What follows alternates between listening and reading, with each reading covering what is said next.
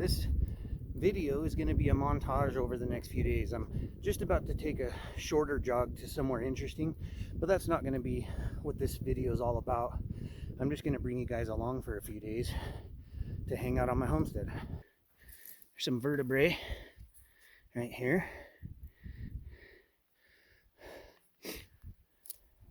Got some of the, what is this, the hips? Here. Is that their iliac crest, like a human's? So here's another set of the hips, but they're still together in this case.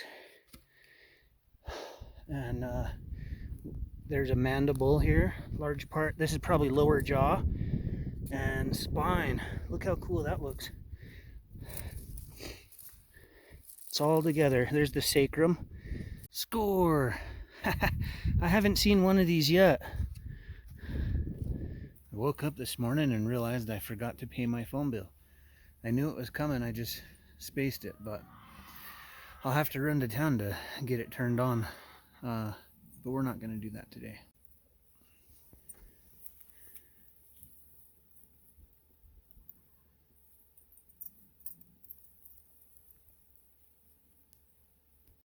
It's snowing a little bit. I'm moving water right now. This is kind of a reserve tank I've just had here for quite a while. I'm moving that water into the storage tanks. Then I'm going to pull that off of the trailer and I'm going to throw these hay over under the shed. This would go pretty cool right here, don't you think? Here's the drain that comes from the shower. I just dug it out.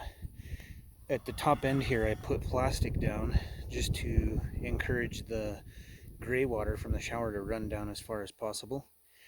But what was cool is as I dug this out, all of the soil was wet, clear down to around here somewhere, maybe even further. This is where the shower water comes out, and it's drained into here for about a year now, and it just went across the way. It's just gray water. I only use natural soap. But I dug this out, put plastic on this side and a bunch of rock and whatnot, and then, you know, that pipe goes under the driveway and takes it out there. This is my propane heater. I had it pulled apart. This is how the knobs go, and they kind of help lock on this cover. And you have to be really careful with these heaters. There's a knob here, and if it's going to get cold, you have to unscrew this so that any water can expand and drain out. And I've done that for the most part, but there's been a couple times I kind of spaced it, and it never blew out right then and there that evening. But about a week ago I had it blow out, and I don't have flux or anything, so I've got a real sloppy soldering job there. But I had to plug the hole so that the shower will work, and it works for now. Oftentimes there's something around the homestead that needs fixed that I don't have all the right stuff for it, and so I make it happen, you know. So I'll order some flux, and then I can just melt that soldering job off and do a real good one once I've got the right stuff for it.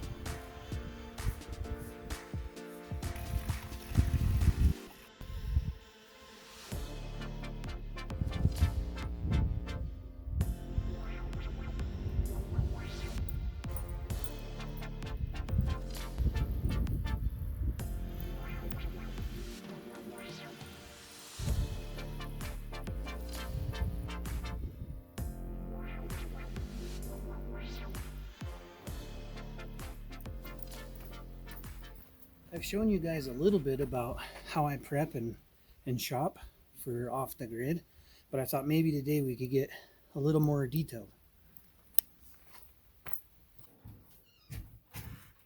Oh, so because I live off grid and I want to be as sustainable as possible, I'm aiming towards growing my own fruit, vegetables, and meat.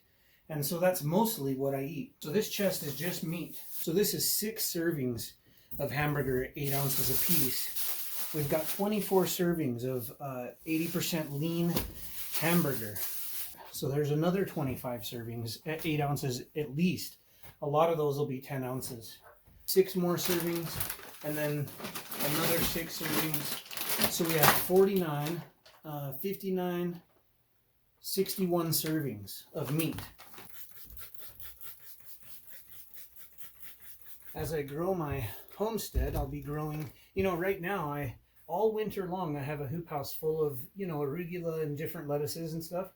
And I've been able to make a salad anytime I wanted. So I've got that solved, and it's gonna get way better this next season because I've created a better soil and whatnot. So I'm gonna grow way more vegetables. I'm gonna try to grow some fruit.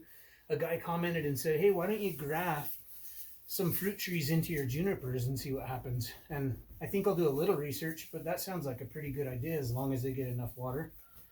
So I'll be producing a lot more of that. And then right now, I have pigs and goats and chickens.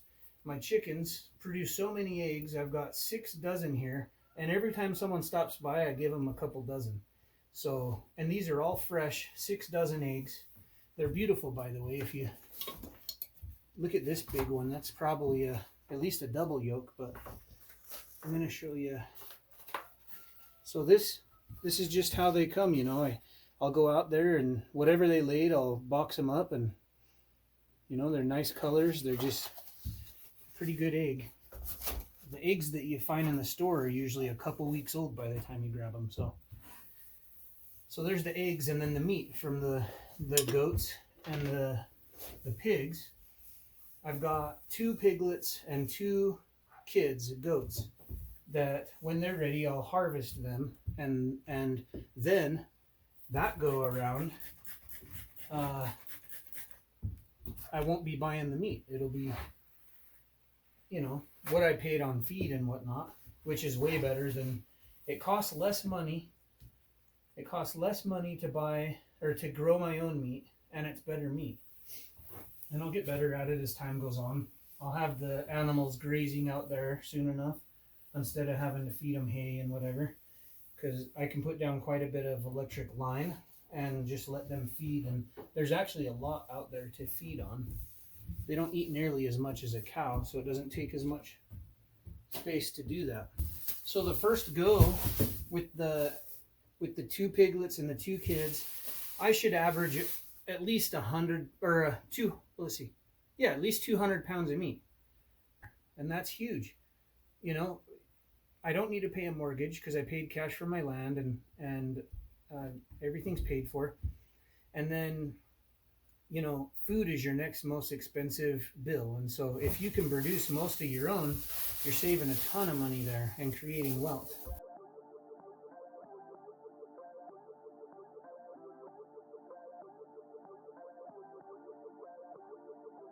If you guys want to see some of the recipes I make, I talk about the recipes, I talk about how I prepare them, and there's 1, 2, 3, 4 pages on some, basic what I do and how I prep my food. That's in my new book, Lose Weight Fast. You can find that in the links below. Something funny about Helga is she loves vegetables.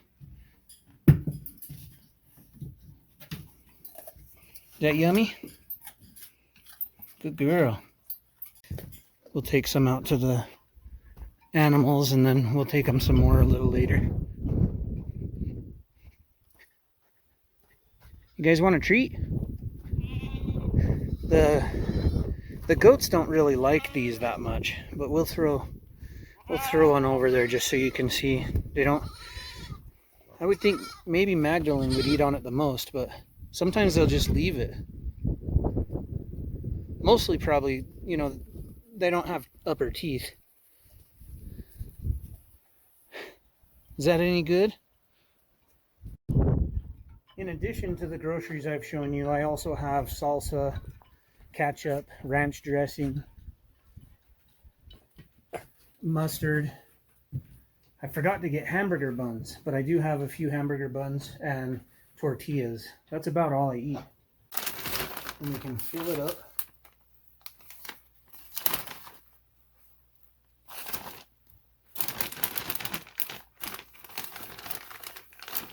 Okay, and then we just gotta,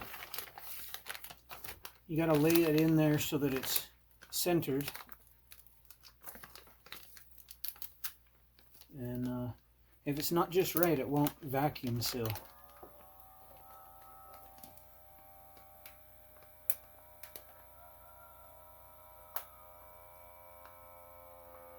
Just hold it down until it's done. I didn't get a perfect seal. I can see that it shrunk down, but it's not as tight as I'd like it. So, oh, I see. It got folded over here. Curious if I just go one more time if it might do it right.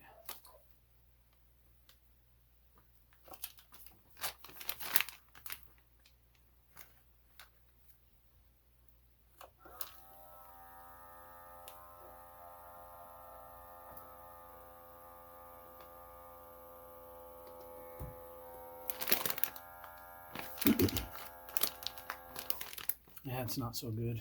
Oh well, we'll try to do better. So broccoli doesn't need to be refrigerated or freezed right away, so I'll cut a bunch of these bags and then I'll seal it the rest.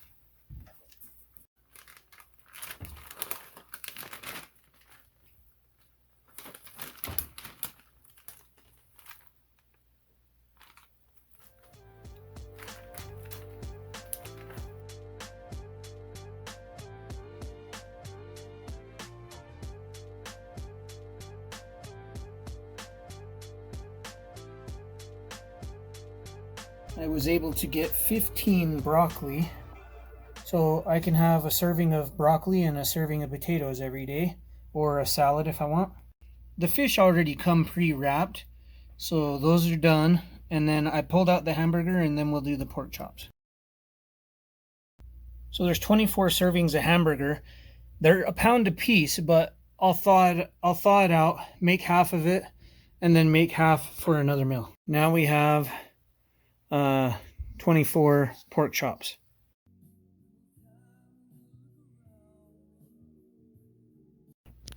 So we've got the butter that's been up here for months. I don't really use it unless I'm baking.